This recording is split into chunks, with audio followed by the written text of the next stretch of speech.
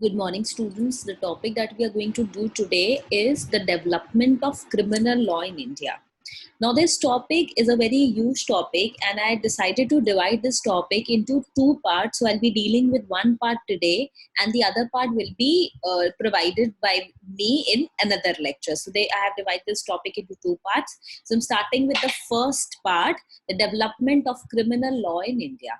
Now, if you know about criminal law, what has been there in India, what was the criminal law that was used during the Delhi Sultanate period? What was the criminal law that was used during the after the advent of Mughals in India, and what was the criminal law that was used by when Britishers were ruling in India? So basically, you should know what was the criminal law that was there in ancient India when we had the Vedic civilization, when it was the Vedic age.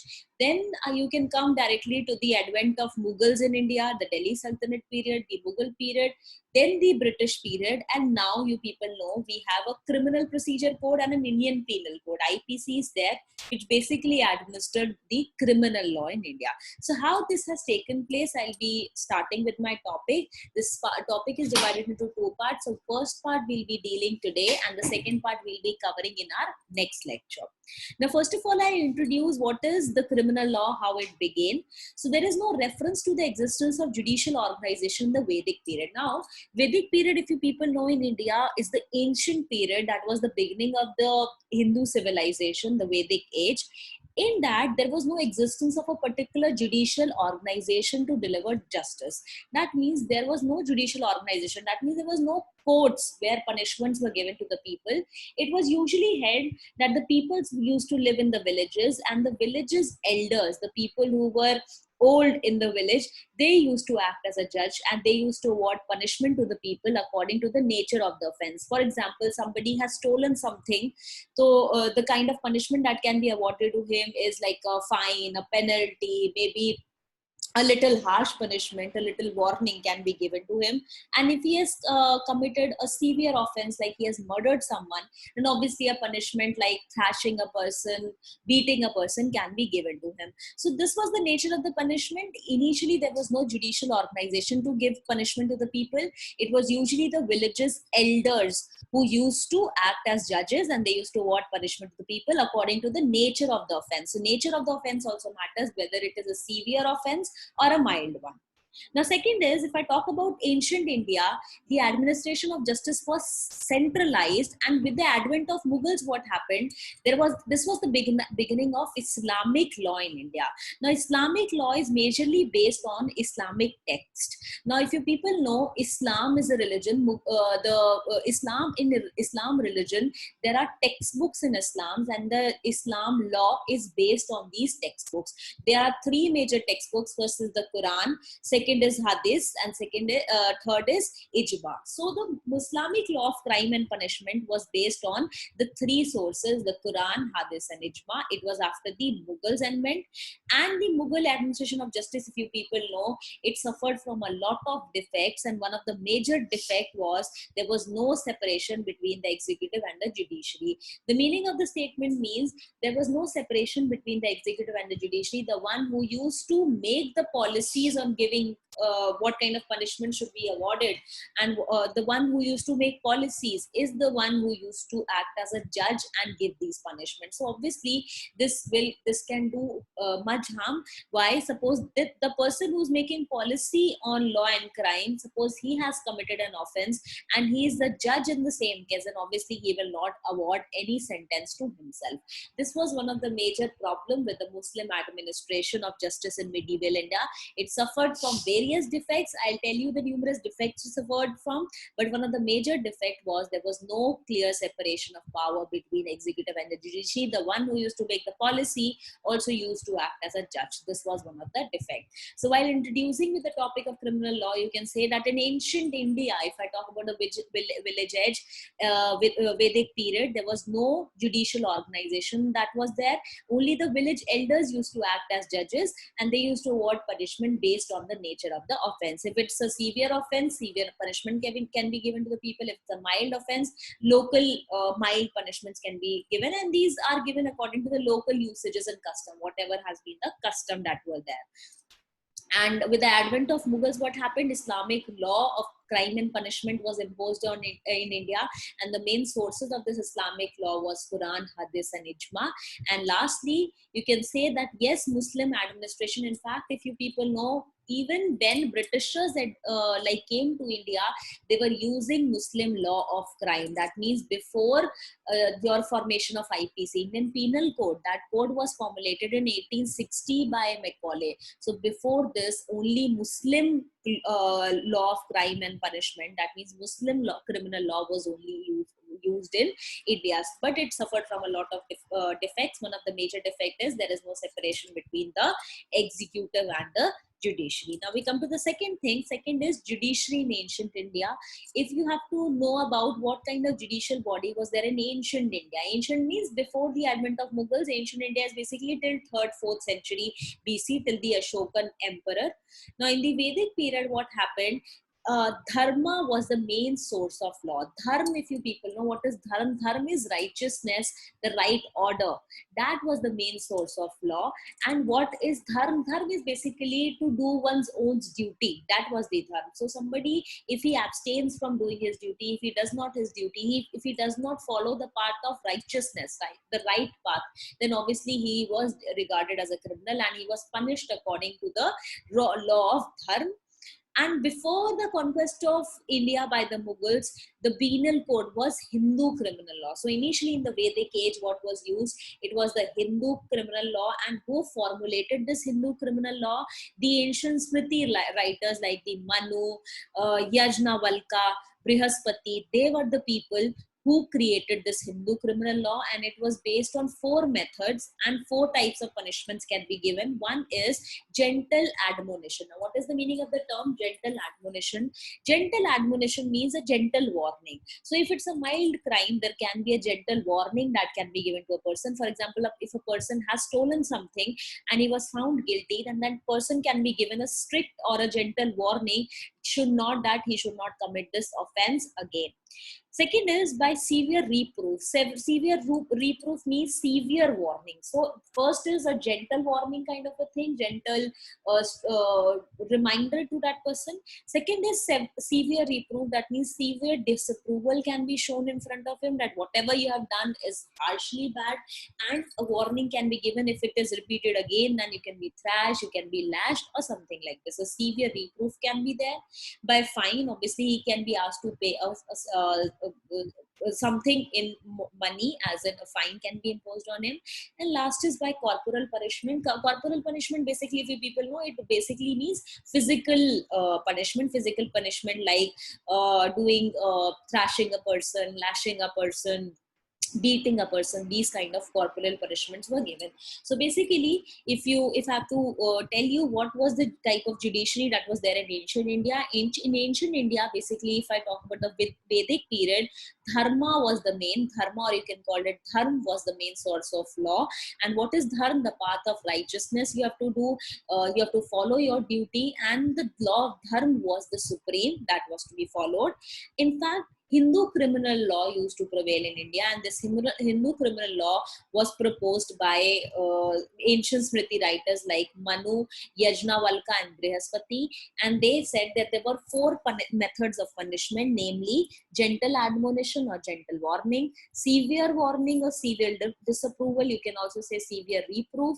Fine can be asked as a punishment, and there can be beating or thrashing or lashing a person, known as corporal punishment.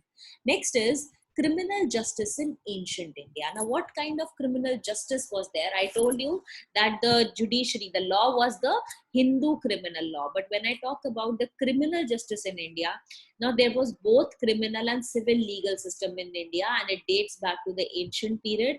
In fact, that means both civil and criminal justice were given in India since ancient time only. And the law of the land was known as Niti. Niti, if you people know, law in Hindi is known as Niti.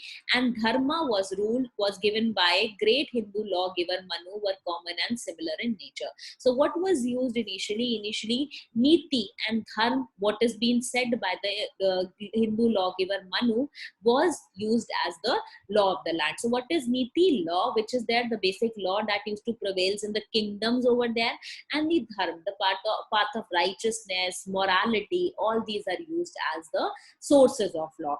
So in the ancient period, Niti and Dhanval also can be called as sources of law. And the Dharma Sutras and the Kautilya's Arthashastra. If you people know, Kautilya is also known as Chanakya. He has written a book known as Arthashastra, in which obviously Artha means economics. So basically, it's not just only related to economics, it's related to how a state should be managed. So in Kautilya's Arthashastra and Dharma Sutras, basically it was a more detailed and a more developed system of criminal adjudication was given. And Niti Shastra mentions king as the fountain of justice, and it was his sacred duty to punish the wrongdoers. So the Niti Shastra mentions that it is the duty of the king to punish the wrongdoers, and he is considered as a fountain of justice. Means he is the person who is considered very justful, and he is the person who will deliver justice to the common people. And if he flinched from discharging this duty, he was bound to go to hell. That means if he does not deliver justice, if he does not do just to a person, then he's bound to go to hell. This basically means that during ancient time also, there was the criminal justice system was prevailing in India. And Niti Shastra, that means the law Shastra, mentions that king was regarded as the fountain of justice. That means king can do no wrong. King is regarded as the fountain of justice, a person who can give justice to the people. And it was his duty as a king, it is his duty to punish the wrongdoers. And if he does not do so, then he is bound to go to hell. So this was the criminal justice system in ancient India. It was based on Niti, Dharma Sutras, Kautilya's Arthashastra, and Niti Shastra. These were the sources of law in ancient India. Now, criminal justice system in Sultanate period. So you people know, once the medieval history once we enter into the medieval history, we saw the rise of Sultanate period in India. Now, what is Sultanate period? The sultans implemented Shariat, or the Islamic law of crime and punishment, and the main sources of which were Quran, Hadith, and Ijma. I told you, with the coming of Sultanate period in India, Sultanate period is basically the advent of sultans in India, majorly people from Afghanistan. And therefore this was the major reason that these sultans implemented the Shariat law, or Islamic law of crime and punishment. And they were the Quran, they used to use Quran, Hadith, and Ijma as the main sources. So what is used as the main sources of law? The Quran, the textbook of Islam, Quran, Hadith, and Ijma. These are the main sources of law during that time. Darbar of the Sultan constituted the highest civil and criminal court of justice. So if you people have seen Hindi movies also, in which it is shown also, if you have seen Jodha Akbar, in fact, if I'm talking about the Sultanate period, if you have seen the movies like Razia Sultan, the Darbar of that Sultan, that means the court of that Sultan, is considered as the highest civil and criminal court of justice. That means whatever punishment is being given by that court, whatever punishment is being given by Sultan, is considered as the only punishment, and you cannot appeal anywhere in that case. That means whatever the Sultan says becomes the gospel. People have to follow that. People have to take this as a part of punishment, whatever is being given and awarded by the Sultan. So the village panchayats enjoyed the sanction of the state to administer justice according to the local tradition, customs, and the personal law of the populace. The penal code was severe. Physical torture and capital punishment constituted an essential part of it. So if I talk about the villages in the lower area, the people had the right, the state or the people in that village has the right to administer justice according to their own local traditions and customs. And but that penal code, the punishment code, was very severe. Physical torture and even capital punishment, that means giving death penalty to a person, was also a part of it. So if I talk about the Sultanate period, you can say that it was based on Islamic law of crime, and the major sources were Quran, Hadith, and Ijma. The Darbar of Sultan was considered the highest court of civil and criminal court of justice. But at the lower level, the village panchayats used to enjoy a lot of freedom in terms they can use their own local traditions and customs while delivering justice. But the penal code was very severe, and physical torture and even capital punishment constituted an essential part of it. Now, next is criminal justice system in the Mughal era. Now, what happened with the advent of Mughals in India? Muslim criminal law was the law of the land for the administration of criminal justice. When the company assumed the responsibility for administering Bengal, Bihar, and Orissa, the Muslim criminal law was very well entrenched in that country. The law, however, had a number of glaring defects. That means when the Mughals started ruling in India, Muslim criminal law, the Islamic criminal law was introduced in India. Oh, that was usually followed by the Sultanate people only. The Quran, Hadith, and Ijma were the main sources, and even Muslim criminal law, what was followed by the Islamic people, Muslim criminal law became the law of the land. But even when Britishers came to India and they started administering Bengal, Bihar, and Orissa, the Diwani rights when they got after the Battle of Buxar, that was 1784. So after 1784, when they got the it is 1764, sorry. So when in 1764, when they got the big Diwani rights, that means right to collect revenue from Bengal, Bihar, and Orissa. When they got this right, they started administering these areas of Bengal, Bihar, and Orissa. They still continued to use Muslim criminal law. And I told you, before the drafting of the Indian Penal Code, that is, your Indian Penal Code is drafted in 1860. So even before, till 1859 till 1858, Muslim criminal law was the only criminal law that was followed in India. So even when Britishers came to India, they still continued to use Muslim criminal law. Why? Because there were a lot of conveniences. People were used to the system. So Britishers thought not to tamper this, and people, because they were very well adjusted to this Muslim criminal law, they also thought that this we can also deliver justice based on the Muslim criminal law in India. But yes, the law had a lot of defects. Now, what were the defects? Many of its principles were not in accord with the British notion of justice, common sense, and good governance. Now, if you people know that a law should be a little humane in the sense that the kind of punishment that should be awarded to the people should not be such that that can only be awarded in a animal kind of a regime or a place where animals rule. So basically, this has to be taken into consideration. The were the first people to gain independence. Britishers are known for their glorious revolution, Magna Carta. There has been a glorious history of Britain, and therefore Britain has a very high notion of justice, common sense, and good government. But if you talk about the Muslim criminal law, it was based on inhuman punishments like this thing, corporal punishment, beating a person, thrashing a person, lashing a person, this thing, killing a person by brutal means, like chopping off their limbs. So these are the punishments given under the Muslim criminal law, which were not according to the notions of justice, common sense, and good government. That was the principles that were there in the British government. Now, this is the last slide that we have to do, the salient features of Muslim law of crime. Now, what were the salient features, some of the features of Muslim law of crime? First of all, the Muslim criminal law was broadly divided into, the crimes are divided into three heads. So there were three kinds of crime that can be committed. First is the crime against God. That means if a person commits crime against God, that can be one kind of crime. And what can be such kinds of crimes? So for example, apostasy.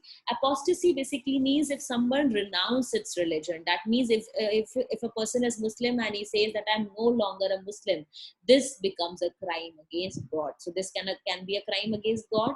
Second is drinking intoxicating liquors, adultery. For you people know, in Islam, drinking is prohibited. Drinking is considered as, or any form of intoxication is considered as a crime. And if a person is engaging into drinking or intoxicating himself, then this becomes a crime against God. And obviously, adultery, engaging into an extramarital affair or an affair with somebody, is also considered as a crime against God. Adultery is basically if you're engaged into an extramarital affair, is considered as an adultery. This is also considered as a crime against God. Next is crime against sovereign. Sovereign is the state. What can be the crime against sovereign or the state? Like conspiracy. If a person is playing conspiracy with the state, he is engaged into theft of treasury, he has stolen money from the treasury, or he is engaged into espionage or spying. If he is a spy to that country and leaking all the information of that state, that becomes a crime against sovereign. And third is a crime against private individual. People know private individual means me and you kind of a person. If a person is engaged in theft, he's stealing something, he's robbing, he's murdering someone, this becomes a crime against human body, and it can be called as a crime against private individuals. So there can be three kinds of crime: crime against God, crime against sovereign, and crime against private individuals. And accordingly, the punishments were also classified into four types, and these can be defined as Kiza, Diya, Had, and Tazir. Now, understand this thing carefully. What is the meaning of these kinds of punishment? Now, first, under the Muslim rule, first kind of punishment that can be given to the people is known as Kisa. Kisa means retaliation. Retaliation, in simple words, you can see an eye for an eye or a limb for a limb. That means if I have badly destroyed or damaged somebody's eyes or mutilated somebody's body part, for example, I've chopped off a limb of a person, then that person whose limb has been chopped has been given the permission to chop off the limb of the other person, the person who has done that. So this means retaliation. Retaliation means if somebody has damaged your any body part, you also have the right to damage his body part. This is basically means retaliation. Obviously, this is the kind of punishment that does not exist today because it is inhuman. If a person is chopping off your leg, you cannot do that. There can be punishments which can be given to him, like life imprisonment or 7 years of imprisonment, these kinds of punishment that we have today. But at that time, there was a punishment known as Kisa. Kisa basically means willful killing and grave injury, and the injured party had the right to inflict the injury on the offender. So the same injury can be done on the offender, the person who has done that. Grave injury or willful killing, that can be taken place. Or for example, if a person has been killed by another person, then his relatives also had the right to kill that person. This again becomes Kisa or retaliation. Second is Diya. Diya basically means blood money. Now what happens, for example, if you have a lot of money, and if you have been charged with Kisa, if you have been given the punishment Kisa, if you have destroyed somebody's arm, suppose I'm giving you an example, if you have mutilated or destroyed somebody's arm, and the punishment that has been awarded to you Kisa, that means that person whose arm you have destroyed also has the right to destroy your arm. That means he will also inflict injury, the same injury on you. Then how you can stop it? By giving money instead of the punishment. That means you can say that I don't want this punishment, I can offer 2 lakhs to you if you stop this punishment to me. And this is known as Diya. Diya means blood money. In certain cases when no retaliation was allowed, the injured party had the right to demand only blood money, known as Diya. Now what often used to happen, a lot of problem used to happen. For example, somebody has killed my brother, and then what happened is that now I also have the right to kill that person who has killed my brother. But what I can do, because I have already lost my brother, some people, what they used to do, they used to demand a lot of money as a compensation, as a part of Diya, from the person who has committed this offense. And this has led to a lot of corruption also, and this has led to a very sidelining of the case. The person has not even got justice who has died in this. Therefore this Diya was used in very less cases. Next is Had. Had means where the punishment Had basically means boundary, and Had basically means where there were fixed penalties. Fixed penalty means, for example, zina is committed by a person. Zina means illicit intercourse. For example, if somebody has had illicit intercourse or illegal intercourse with somebody, or maybe he has drank wine, then in that case, for example, this drinking of in case of theft, hands were cut off, and for dacoity and robbery, maximum punishment was death. So these are the punishments that was fixed. Fixed means if in case you have stolen something, then your hands are chopped off. In case of dacoity or robbery which has been done on your part, then the maximum punishment that can be awarded to you is death penalty. So this means there were Had means for certain crimes, punishments were fixed. Like for example, if you have stolen something, your hand will be chopped off. So these punishments were fixed. Last is Tazir. Tazir basically means when no punishment was prescribed, it was at the discretion of the judge to give any sort of punishment. Now, there were some cases in which no punishment was prescribed. Some new case emerges, and there was no punishment that was written. That if this thing, what should be the punishment that should be awarded? And in that case, it is the decision of the judge to decide what kind of punishment can be given. So it was ultimately the discretion of the judge. Now, these were the four kind of offenses. These were the four kinds of punishments that were given during the Muslim era. These are namely Kisa, Had, Diya, and Tazir. So these are the four types of punishment that you know. Kisa means retaliation, a limb for a limb or an eye for an eye. If somebody has damaged your eye, you also have the right to damage his eye. Diya means blood money. If you're not able to retaliate, you have the option to give money instead of that. Had means already where the punishments are defined, and Tazim means when no punishment is prescribed, it is at the discretion of the judge to give any sort of punishment.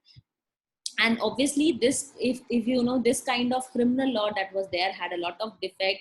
And first defect is that it is not in conformity with the principles of good governance, natural justice, and common sense, which are there the highest principles in the British governance. So it is obviously against the major principles of the British governance. But yes, these kind of punishments were used even during after the advent of British rule in India also. So this is the end of my lecture. I hope you have understood what used to be the criminal justice system in the ancient India, the criminal justice system in ancient India during the Sultanate period, during the Mughal period, and in the British period, and what were the crimes that were classified, and what kind of punishment that were there during the British rule in India, or that were prescribed in the Islamic law, the Muslim criminal law. So I'll be dealing with the rest of the part. In the rest of the part, I'll be explaining you that what were the development, or how your Indian Penal Code was developed, what kind of punishments were given, how these punishments started slowly and steadily, how these punishments started becoming humane, and your Indian Penal Code was developed finally by Lord Macaulay, and this led to the abolishment or banning of the Muslim criminal law in India. So basically, till now, after even the advent of British rule in India, Muslim criminal law is still intact, was being used till now. But after 1860, Indian Penal Code will be used. So I hope you have understood this lecture. In case you have any doubts, you can mail me. My mail address I'm again sharing with you is swati.saxena@alc.edu.in. Thank you so much.